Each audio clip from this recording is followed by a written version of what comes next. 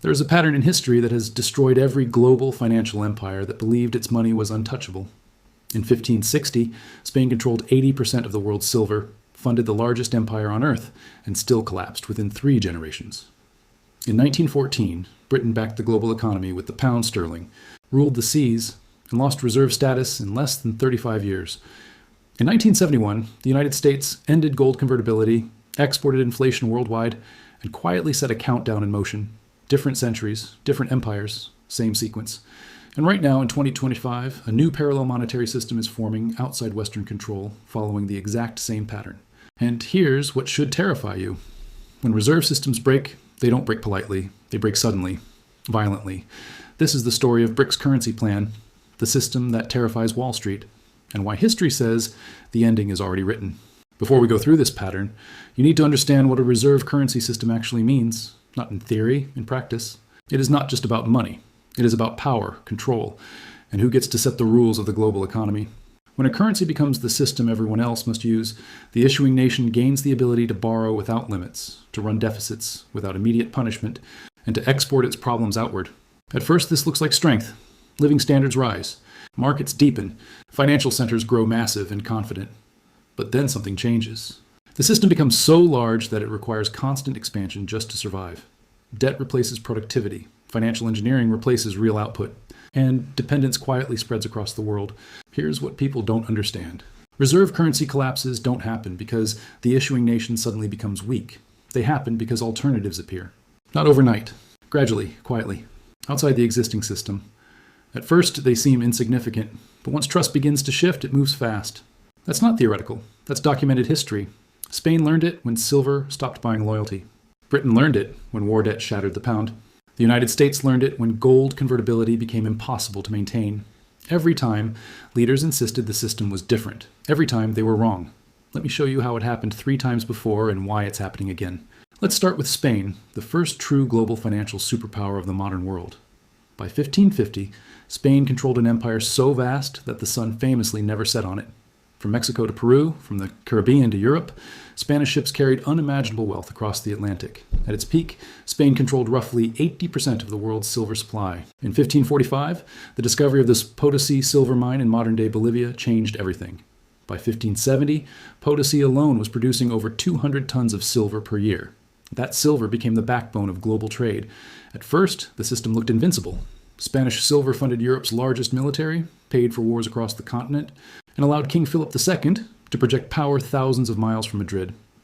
By 1580, Spain's empire stretched across 4 continents. Silver flowed into Seville, taxes flowed to the crown, armies marched. But here's the critical detail. Spain wasn't building an economy, it was building dependence. By 1550, Spain was importing most of its manufactured goods from the Netherlands, Italy, and later England. Domestic industry stagnated.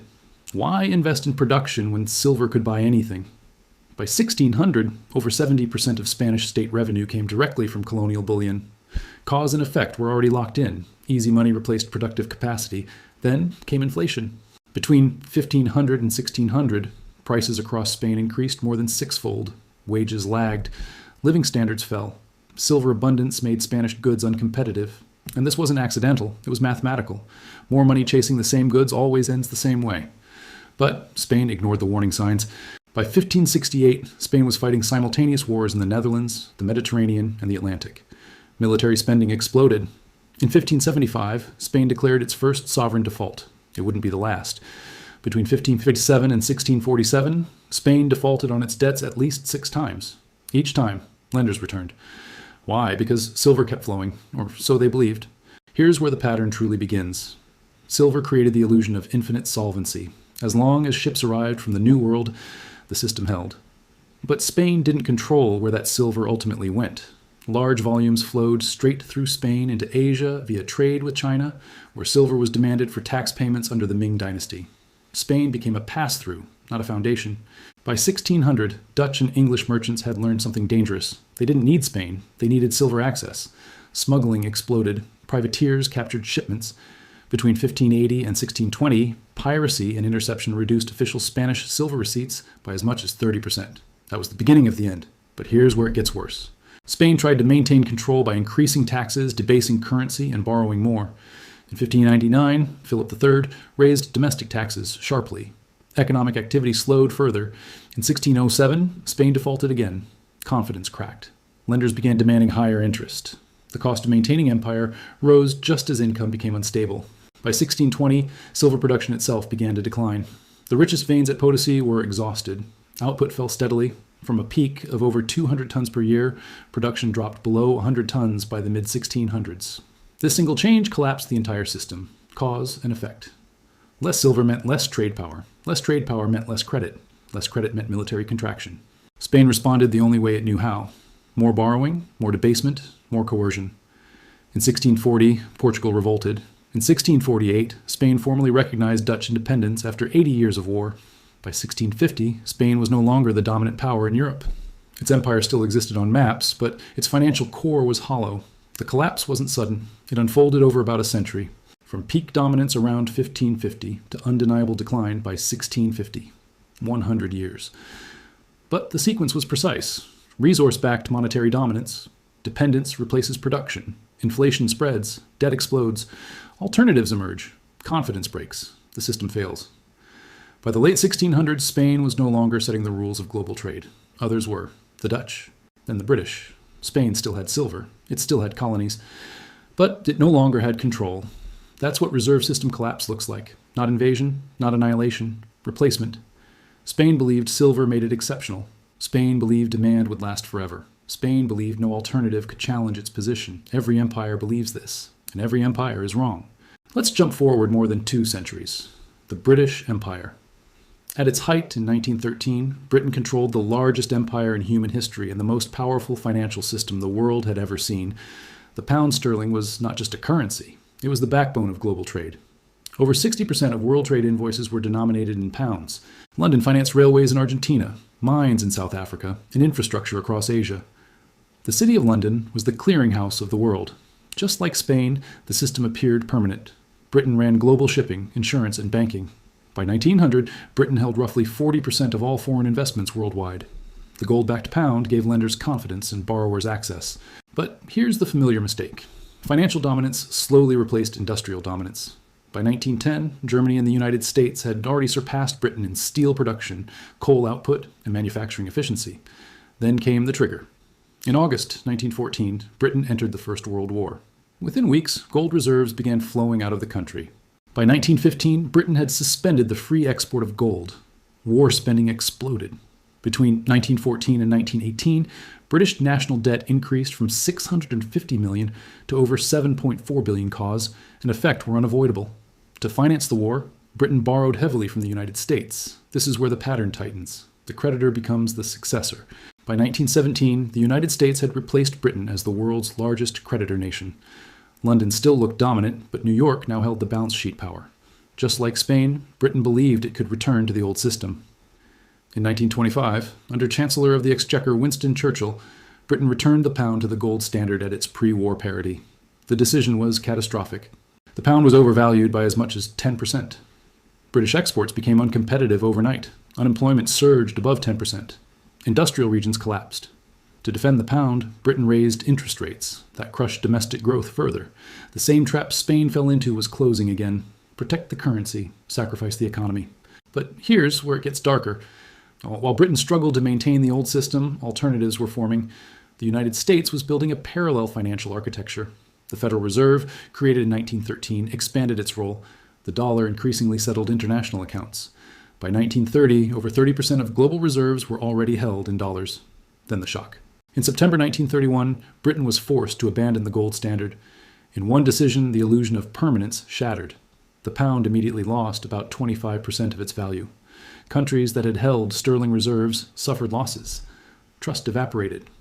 One by one, central banks reduced their exposure. The reserve system didn't collapse in a single day. It migrated. By the end of World War II, the outcome was sealed. In 1944, at Bretton Woods, 44 nations met to design a new system. The dollar, backed by gold at $35 per ounce, replaced the pound at the center of global finance. Britain was present. Britain agreed. Britain had no alternative. By 1949, the pound was devalued again, this time by 30%. Reserve status was gone. The timeline matters. Britain's decline didn't begin in 1945. It began in 1914. 35 years. That tells us how long it took for the world's dominant financial system to be replaced once the underlying conditions shifted. Different empire, same sequence. War-induced debt, loss of productive edge, overvaluation, emergence of a parallel system, final transition. Britain believed its institutions made it exceptional. Britain believed London would always be indispensable.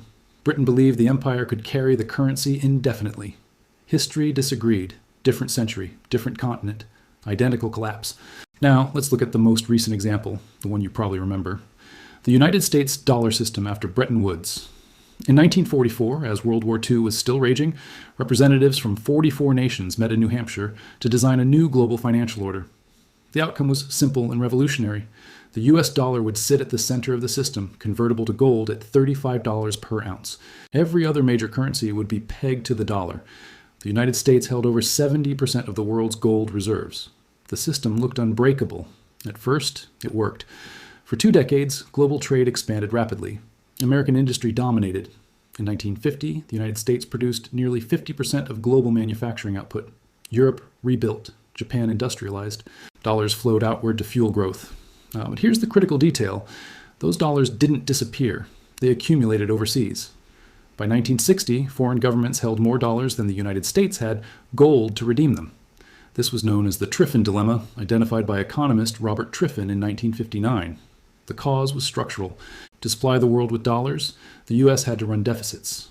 Those deficits eventually undermined confidence and convertibility. The system required imbalance to function. Then the pressure accelerated. Between 1965 and 1970, U.S. spending exploded due to the Vietnam War and President Lyndon Johnson's Great Society programs. Federal debt rose from $317 billion to over $380 billion in just 5 years. Inflation climbed. Foreign central banks noticed. France, under President Charles de Gaulle, began demanding gold instead of dollars. By 1968, the U.S. gold stock had fallen below $11 billion, down from $24 billion in 1949. This is where it happened fast. On August 15, 1971, President Richard Nixon announced the suspension of gold convertibility. In one weekend, the Bretton Woods system ended. No gold backing, no constraint. The dollar became fiat. The collapse of the old system took less than 6 years from visible stress to final break. Spain took a century. Britain took 35 years. Bretton Woods took 6. But here's what should really concern you. The end of Bretton Woods didn't end American dominance. It transformed it. A new system emerged, the petrodollar.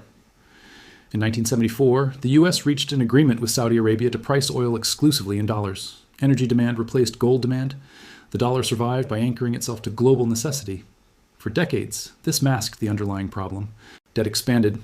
Financialization accelerated. In 1980, total U.S. debt stood at $3.5 trillion. By 2000, it was $27 trillion. By 2020, it exceeded $80 trillion when public and private debt were combined. Each stage happened faster than the last. And here's the acceleration. The warning signs appeared quickly. In 2008, the global financial crisis exposed systemic fragility.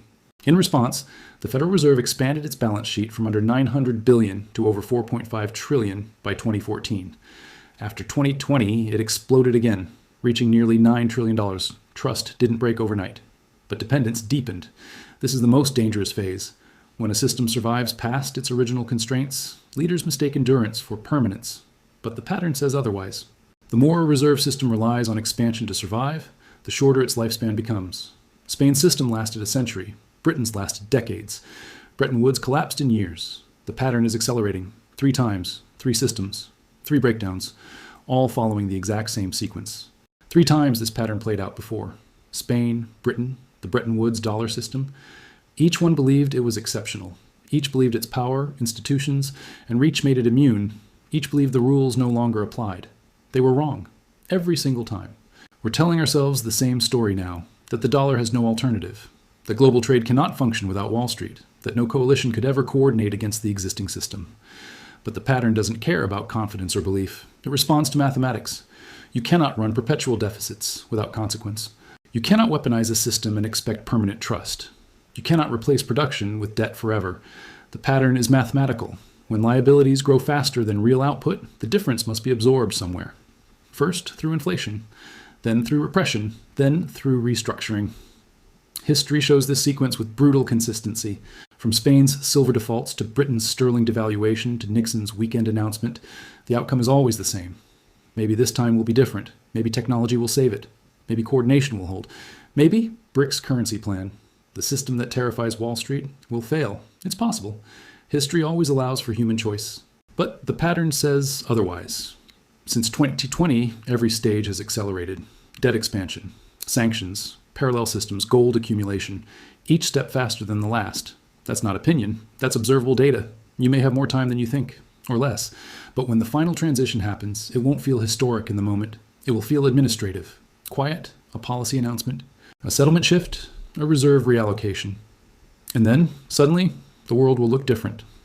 If this helped you see where we actually are in the sequence, stay close. Because when the next stage arrives, understanding what happened will matter more than reacting to it. The answers aren't hiding in the future. They're written in history, in the ruins of past empires that believed they were permanent. And they're waiting for those willing to read them.